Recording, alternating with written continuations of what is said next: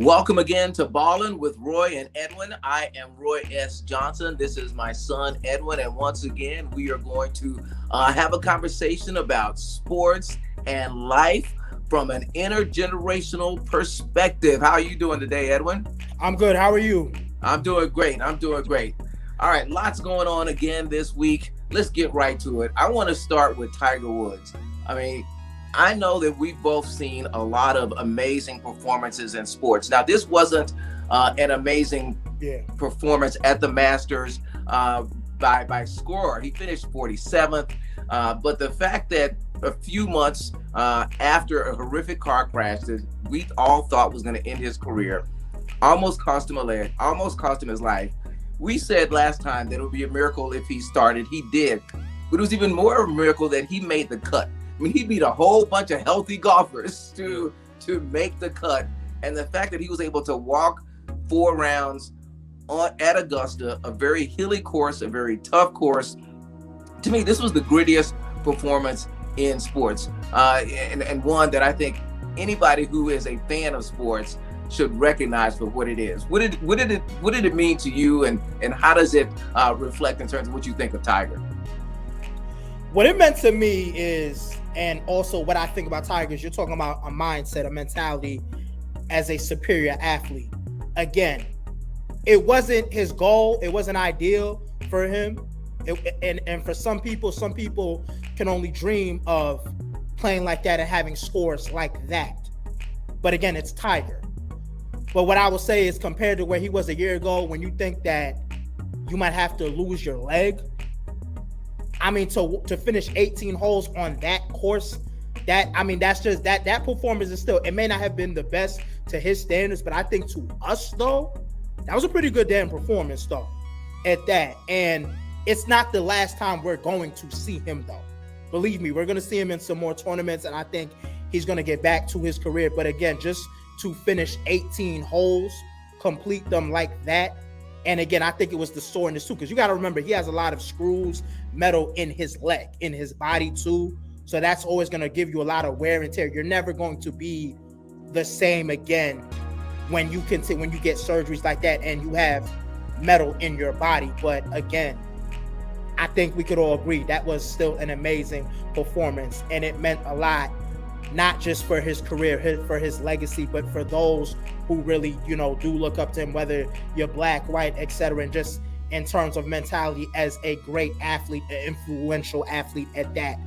I don't want to call it a farewell tour, because we're going to see a lot of Tiger.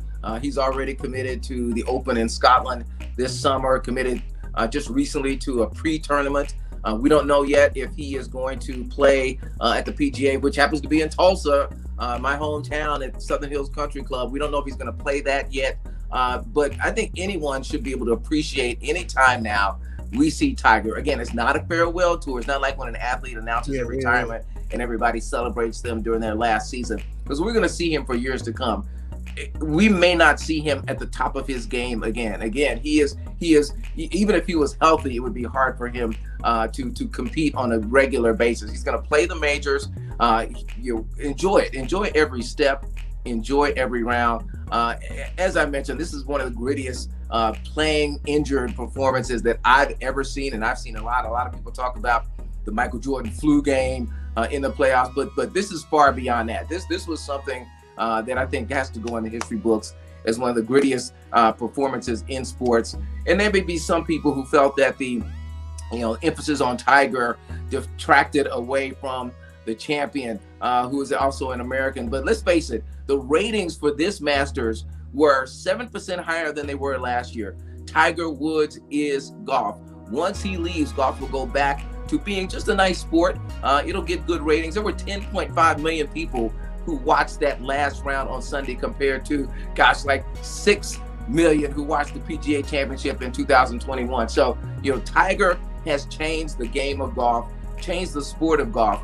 Let's look at that and bounce to who in your lifetime are the 4 most influential athletes that you were able to watch perform, not just on videotape, but somebody that you saw play that you think are the 4 most influential athletes who changed the game, not necessarily on the field, certainly were great athletes on the field, but changed the game and changed life off the field? Well, of course, one, Tiger. It's going to be Tiger because a lot of black men started playing golf because of Tiger, so that's one. Of course, LeBron as an activist, speaking on social justice, as an entrepreneur, as an actor. So, of course, LeBron, too. We all know even after Michael Jordan's career, he still was influential business-wise and just social-wise, style-wise with his shoes, his brand. So, of course, him. I'm going to say Venus and Serena as female athletes, just showing, how women can dominate in sports. Because, matter of fact, when they came out in 97, I think that's when the WNBA had started too. And I know, women have competed in sports in the Olympics before that, including basketball, especially with Cheryl Miller. But I'll include them too.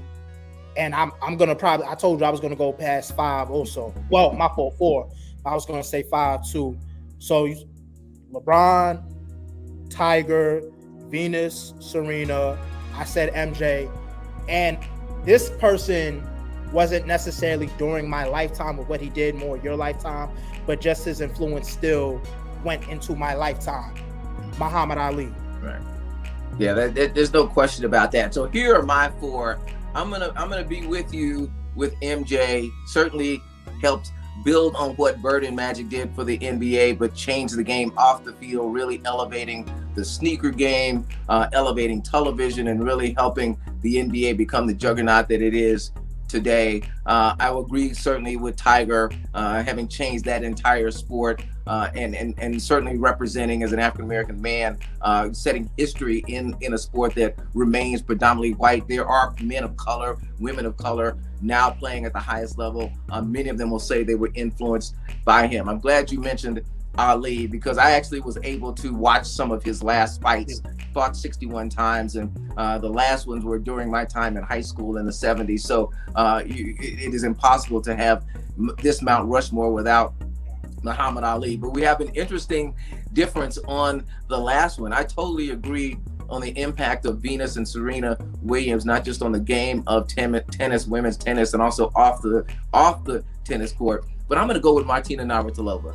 And that's just someone who I covered. I remember when she left her home in Czechoslovakia, came to the United States, didn't speak English, became one of the most dominant female players ever. Not only that, but at a time when the United States and culture was beginning to wrestle with homosexuality, she became a spokesperson. She really laid the ground for tolerance, for empathy, and a lot of the conversations that we're still having today. And she too has remained an activist for equal rights, not just for women, but for just all sorts of people. So I'm going to give Venus and Serena their due, but I'm going to take in my lane, I'm going to put Martina Navratilova on my Mount Rushmore because she really laid the foundation. And I can't put Billie Jean because I didn't see her really play, but Billie Jean, Martina Navratilova, and then certainly building on their legacy is Venus and Serena. So I think we both have a couple of great Mount Rushmores. You got a couple of extra faces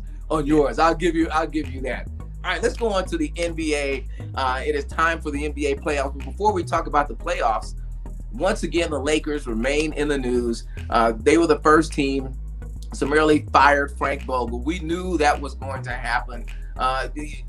Is there anything else to say about Frank? Was this fair? Is it fair to put all this on his shoulders, or it's just something they had to do? It's not fair at all because it wasn't just him. The blame goes on everybody. First, you can say partly Frank, then you can say LeBron, you can say Russell Westbrook.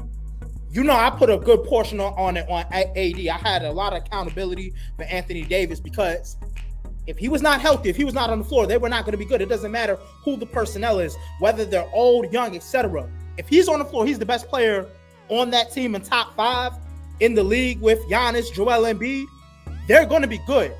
And again, the front office who brought all these old geezers together, y'all made the team. Frank Vogel didn't do that. He didn't have any say-so. You thought, in theory, bringing a whole bunch of veterans together with a few young players would win a championship. No, that doesn't work because sports, minus Tom Brady is not for old people. It is not, though. And again, it's not like anybody except for golf and tennis and maybe swimming. But other than that, and again, nobody's 40 plus years old, but Carmelo is 38. LeBron just turned 37. Dwight Howard is 36. And again, they had Rajon Rondo at the beginning of the year. They traded him. He's like 35, I think, something like that. They had DeAndre Jordan. And again, your former colleague Skip Bayless had said earlier during the year, Carmelo is like Amari Cooper. He disappears during away games. But again, the front office they put the team together too. And there were things that you did not let Frank Vogel do. You didn't have him let total control. So you made it similar to a Dallas Jerry Jones situation, even though, Jeannie Buss is some involvement she has at times, some involvement she's not in. But again, Rob Pelinka, he's that guy. He's the guy when it comes to that too. A lot of that. He's partly to blame too on top of that too. But again, if LeBron really said, because again, teams go off of what he wants. Cleveland did it. The Lakers have done it. LeBron wanted Russell to come instead of DeMar DeRozan. He came. And again, Russell said he didn't have any expectations. You're playing for the Lakers. You grew up a Lakers fan. You're from LA. How do you not have expectations when this team has 17 or so championships, and you had a relationship with Kobe because of the way that you played? How do you not have expectations? So that part too, again, Magic said there was no accountability this year. There really wasn't. Frank, unfortunately, his attitude was to try to be positive. We're going to get it next time. We're going to get better. And it didn't happen. LeBron, no, none of it. There was just none. So it's all over. But I don't believe that they should have fired him for the simple fact that, okay, LeBron, if LeBron goes up there and say, yo, this year's on me. This is my fault. I want him here. They're going to keep him. They're going to keep him. What I will say, though, because they're trying to go, they already coming up with candidates. There's somebody in particular, I forget the name, you sent me that. They want him. LeBron wants before we get to that, I want to say I'm a little disappointed in LeBron, because LeBron really has not stepped forward and taken responsibility for his role in this disaster. He's kind of shrugged his shoulders and say, hey, I'm not the GM, when in fact, as you said, he is the power behind the scene. He may not have the GM title, but he's got GM power. And I think it's important for superstars to have accountability, to know they have influence. So I admire all the things that LeBron has done, but he's got to really, towards the end of his career here, he's made a couple of little missteps, and I think he's really got to fix those. He's really got to step forward and take ownership for his role in this, and from a positive standpoint, think about what needs to happen next. The guy you mentioned is Nick Nurse, who was a coach in Toronto. I'm like, who is this guy? I mean, that's the first name that came up when people were starting to bandy about like who should be the next Laker coach. But I know you have somebody that you think should be given an opportunity to do that. And who's that? I said Mark Jackson. Mark Jackson, absolutely. Now, Mark Jackson, as many people know, is the former Knick. He's the former coach of the Golden State Warriors, was fired from there, has been a great television announcer. Why do you think Mark Jackson would be a good fit for the Lakers? Because, and this is what I don't understand. I don't understand why teams seem to not want to pick him up like he wasn't a good coach. I don't understand that. First of all, the idea would be for him to be the Knicks coach. The Knicks had plenty of opportunities to pick him up. Like I said, they, for some reason, after they fired Mike D'Antoni, before they got Tom Thibodeau or whatever, I don't get it. He was a former Knick, but I don't understand. He set up this system for Golden State. Let's be clear. He developed Steph and Clay. And yes, he didn't win a championship with them. They lost. I forgot what round they lost in 2014. His last year there, they fired him. But let's make no mistake. He said Steph was going to be the greatest shooter of all time before anybody else did. He set that up for them. And guess what? Steve Kerr inherited. And he deserves a lot more respect for that. Yes, he is a good coach and he deserves to coach. So I think because of that, and LeBron wants him, as long as you have respect from LeBron and all these other players, and again, LeBron leads by example too, that would be perfect. And I think too, on top of that, Russell Westbrook, when you talk about the point guard position too at that, even though they play two different styles. I think Russell will listen to him on top of that and respect him too, because they stopped respecting was Frank Vogel too, because in the locker room on the bench, they're on their phone, they're texting. If LeBron doing it, they're going to do it too. So in that regard too, maybe they did need to make a change also, but they're not going to disrespect Mark like that, because he's not going to stand for that. That office Jeannie Buss and Rob Pelinka, they just need to let him have control of the locker room. If they do hire him, which I think they need to, and if I think they don't, that's going to be a big mistake. Yeah, I agree with you. Mark Jackson would be an interesting, solid choice. People forget that he laid the foundation for that Warriors team, as you mentioned.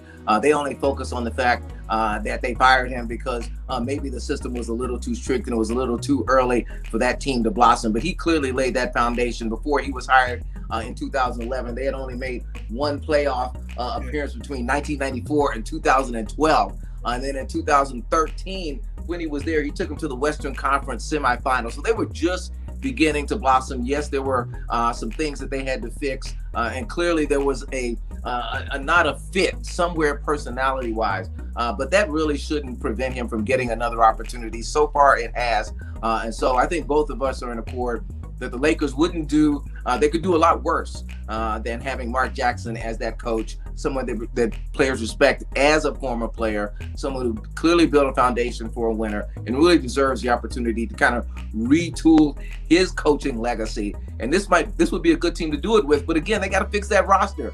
It doesn't matter. Like you said, sports may be for old folks, and you're talking old in their 30s, but you can't put a bunch of them together, not in the NBA. You can't do that in the NBA. So it's not just about the coach. They need to fix that roster. They may have to make some bold moves. But Mark Jackson deserves the opportunity to coach there. Okay, let's talk about the playoffs. You know, I'm still trying to figure out the play-in tournament, but I like it. I mean, I it's kind of cool. I like the fact that these games, one game in and kind of out. I still haven't figured out who's in and who's out. I know Charlotte's out because I saw the video of Michael Jordan leaving the owner's box. But we got some great series coming up. We got the T-Wolves versus Memphis, and you got in the Eastern Conference, you've got the Celtics and Brooklyn. I mean, it's going to be fun, and I think the play-in tournament is giving the league one last shot at getting some of its superstars in the playoffs. Maybe guys who were hurt during the year, maybe their teams had some ups and downs, but really giving those players whose teams are at the margin and superstar players like Trae Young an opportunity to be on the stage at the right time. So I like the play-in tournament. They may have to tweak it a little bit. They may have to shorten the season, lengthen the play-in. Of course, that's negotiations between the players and the owners. But so far, I'm all in with the play-in tournament. What about you? Well, I'm definitely not for shortening the season. Personally, me, I get what you said in the sense of having young superstars being to have an opportunity to get into the playoffs. I get that part. Am I personally rather just have top 8 though? Yes, I'd rather have that. Look at you bringing the old school thinking. Look at you. Yeah, I mean, but that's what it was. I mean, they just did the play-in, 2 years ago, they added that in. Now, I could understand when it was the bubble, I could understand that. I don't remember it last year, honestly. But I'd rather just, like you said, old school, just have the top 8 in, because first of all, Brooklyn was 7 anyway. The 8th, like I said, the 8th seed, like I said, if you're the last couple weeks, you're trying to battle to get in there and off of having these last wins, then okay, that's fine too. And again, in the West, now I'll say the West though, between New Orleans and San Antonio, okay, that was a little bit even more serious. Mm-hmm. So that was a little bit more interesting. And then of course, Minnesota and the Clippers, and again, the Timberwolves, again, they haven't been there in such a long time, so they want to act like they won a championship. Okay, fine. And again, Patrick Beverley, again, being in the team that gave up on him. So I understand the emotions that came out of him in that regard too, because again, he's in the NBA to be a pest. And believe me, he's going to make Ja Morant's job extremely hard. He's going to make him feel very uncomfortable. So that series is going to be good. The only thing I will say is that if Cat does not show up again, if he plays how he does again, and the coach leaves him in the first half with 3 fouls, they will get swept. I'm just going to say that. And I understand D'Angelo Russell, Edwards, they had the game that they had. But if your best player is not playing like that, and I understand you're going to have a bad game, possibly two, which are really even two isn't even good. If he plays like that, they will get swept. I'm just going to say that. But either way, they're going to lose in the first round. That's one thing I'll say. Edwyn getting out the broom. So yeah, I agree with you. I mean, the play-in is kind of a good way to get some focus on the early rounds of the playoffs. I mean, it's kind of like March Madness. There's some fun games that happen in the first few rounds, but you tend to forget about them by the time you get to the Final Four. Part of the reason you probably don't remember the play-in is because the finals were so good. You talk about the finals, you talk about Giannis, you talk about the Phoenix Suns. So it makes you kind of forget what happened early on. But it brings attention to the early rounds, brings eyeballs to television. So I think that's the main benefit too, is it gets people focused on the NBA playoffs at a time when they probably wouldn't do it as early rounds. I'll just wait. And then we'll have other weeks when we can talk about, make our predictions for who's going to win. There's some interesting things happening. I think the most interesting team to watch and maybe root for is the Phoenix Suns. They're trying to become the first team since the Warriors in 2017 to lose in the NBA Finals and then win in the championship the next season. So Chris Paul would be one of only 7 players to start a finals game at the age of 37 if they were able to do that. And of course, you probably wouldn't be surprised. Who do you think would be the youngest team to reach the NBA Finals if they got there? Just take a guess. I'm going to say Memphis. Yep, you're right. Ding, ding, ding, ding, ding. Get That's that. Not why I said that partially because of the age and the experience, but because of, again, they're third. They're second. They're second in the West. So that's part of the reason too. And I know very well. I don't know about the finals this year, but getting into the Western Conference Finals, no, they definitely can do that. Especially even though Steph is supposed to practice today, and if Steph does come back too, ideally the Warriors honestly can go to the finals. I'm be honest with that. But I mean, that road in the Western Conference is so long because, again, you're talking about Phoenix, you're talking about Memphis, then you're talking about Golden State, and then you have Utah, you have Denver. Oh yeah, it's gonna be a rumble. It's gonna be. I'm not worried about the Timberwolves. I'm really not. Again, I said what I said about them. With Dallas, though, again, it depends on the matchup. They're probably gonna lose in the first round, but can they get maybe 2 games? Yeah. And then with the Clippers, I know Paul George is back. I don't know when Kawhi is going to come back or whatever. I think they're going to be out in the first round too, even if they do get, two wins. I love it when you break it down like that. You're giving everybody notes. I hope y'all took notes. Oh yeah, so you can follow through so you can see. No, we got to talk about Boston. Huh? No, I didn't. Boston and Cleveland. I mean, I'm sorry. Cleveland. Boston and Brooklyn. Brooklyn. Boston and Brooklyn. My fault. No, they just beat Cleveland. I think that's why I was thinking about Cleveland. They just beat a mediocre Cleveland team, and Boston is the number 1 defensive team in the league. And I understand that their rim protector, Robin Williams, he's not there. I get that, but first of all, Brooklyn, their defense is terrible. That's one. They've had horrible defense, and then on top of that, you're talking about young superstars, Jason Tatum and Jaylen Brown. Can they win that series? They can, whether it goes to game 6 or game 7. And that's the thing. I think Boston's gonna take that in 6. I'm just gonna say that. And then again, Kyrie is on Ramadan, so he's not eating. And again, Hakeem Olajuwon, he did it too. It looked like he never missed a beat when he played during that time. I don't know what Kyrie's gonna do because again, you're not eating, you're not drinking. At least after the game, you're going to be dehydrated. So that's the only thing to worry about. I would say this is one of Kyrie's beliefs. I think that everybody should be able to respect because it is religion that does. Oh yeah, no question. But that one I'm a little sold. It can go either way. But I will take Boston in 6, and that's the last series I want you to break down is Philly-Toronto. I think that's going to be a really, really good series. I mean, Philadelphia, they made the James Harden trade. They're still trying to work it out. It's a tough spot to try to work it out against Toronto. I don't think they've hit their groove yet, but they don't have much more runway left. They're going to have to figure out a way to beat a really good Toronto team. I think you can go either way. What do you think of that series? No, I think Philly has it. And again, Toronto just make it, and then they've been at the bottom. They climbed their way up a little bit more too. Again, they're not what they were a few years ago. I think they're going. Honestly, I think that might be a sweep. Okay. If not, maybe. We got the broom out today. He just doing some cleaning. No, because I don't see anybody on that team being able to stop Joel Embiid. That's the thing. If James Harden, again, he has to understand you have to feed him. You're gonna get your what the defense takes you. You're gonna get your shots at times. You're gonna get the basket, but you have to feed him. And I don't see anybody on that team being able to stop him. That's a great segue. Let's talk about MVP. There are so many young superstars in the league right now. I think this is getting up to be one of the best eras for the NBA when you've got a lot of young players, and that the MVP title may be up for grabs. I mean, you're looking at Giannis, you're looking at Joel Embiid, you're looking at a lot of young players. Who is your pick for MVP? Okay, well, you're missing a picture one there. For me, there's one player on that picture, Nikola Jokic. Again, if he were to win it again, because I like the fact he won it last year. I definitely thought he deserved it. I just can't pronounce his name. That's all. That's what that was. I didn't he's not the only one. He's not the only one you can't pronounce either, though. You keep saying Giannis. The G is silent. It's Giannis. That's another one you can't pronounce either. All right. Hey, I'm sorry. But no, Nikola Jokic deserves it again.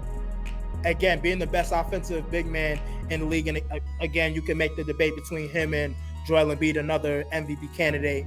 But him, and then for me, between Jokic and John Morant, honestly, it's hard for me to pick between those two. So I'll go with either one of those. I'm happy with that. But for John Morant to get it the first time too, because again, being year 3, having them in the position they are in, number 3 in the West. And again, he made his first All-Star game this year too. He's one of the exciting point guards players in this league too. And I think he definitely deserves it as well too. So I would say between those two, but it's hard. It's kind of hard for me because I want, John Morant to get it that one time. But again, for Nikola Jokic to win it 2 times, there's certain players, you do like to win multiple years, even though he's young too. I mean, I think he still has plenty of more years ahead to win another MVP or 2 more, whatever. So, all right. So let's transition. Last topic.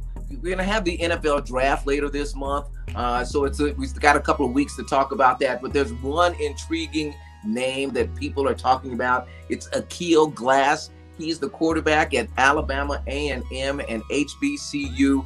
This is a kid who is 6'4", got a strong arm, has been working out with pro coaches, pro trainers. No HBCU player was drafted in the last draft. Now, there may be a couple of reasons for that. I had a conversation with the SWAC commissioner, and he blames it mostly on the fact that almost all HBCU players came back that extra year because players were granted an extra year because of COVID. So there really wasn't a great pool of players to go into the draft. That's different this year. But everybody's talking about whether this will be the first, HBCU quarterback drafted in a long time. Have you been able to check out his film and look at his talent? What do you think? You think he'll be drafted this year, 2022, by some team? And if you do think so, where might he go? I do think he will get drafted. 2nd round, 3rd round, later rounds. I mean, you look at the teams that need at least a backup quarterback, whether it's Seattle. It's not gonna, even though Pittsburgh needs one, they're gonna get a 1st round pick, so you don't worry about that. But even possibility of Carolina, I think Washington's still gonna need a backup. I know they just got Carson Wentz, but you're still gonna. They may not have a starter, so that's a good. Right. Indianapolis, again, they just got Matt Ryan. You're gonna need a backup for him. I know that too. And I would say Miami too. I would say Miami. Cleveland's going to need a backup also because, in all honesty, you don't know what's going to happen with Deshaun Watson just yet. So, ideally, you still want to keep Baker because of that regard. Oh, I don't know if they can keep Baker, man. The way Baker was talking about them this week and being disrespected by Cleveland. Yeah, I don't know if they can keep him. He's going to want to leave. I know that because he felt disrespected. But if they really wanted to keep him, I don't know what they would get out of him in production and attitude if they kept him. Right. But the smart thing to do in theory, because it is uncertainty with Deshaun Watson, would be to keep him. Yeah, there's no question there are great opportunities for Akil Glass. I mean, look, this dude is 6'5". I was wrong. I took an inch away. 6'5", threw for 12,136 yards, 109 touchdowns. He had 41 interceptions, but he was the Black College Player of the Year. Somebody's going to get a nice surprise, whether they pick him in the second round or third round. I think Akil Glass will get a great opportunity to be on an NFL roster at the beginning of next season. So let's root for him and root for all HBCU players as they try to put themselves in position to be drafted to play at the next level, to play on Sunday. So Edwin, we wrapped it up again. A lot on the table. We got a lot to look forward to. We got draft, we got NBA playoffs. We even got the USFL. We got some spring football happening here in Birmingham. We got our Mount Rushmore of players, even though yours has a little extra on it, but a lot of great stuff. Really appreciate you and perspective. Love you and love the fact that you really bring not just passion and knowledge, but really have an understanding of history and an appreciation for history. So thank you for that. As always, I enjoy it. Anything else you want to say before we close out? Yeah, I just look forward to this weekend. Looking forward to the first round of the playoffs. Absolutely. All right, folks. Thank you for joining us on Ballin with Roy and Edwin. And until we see you next time, just keep balling. Bye now. Peace.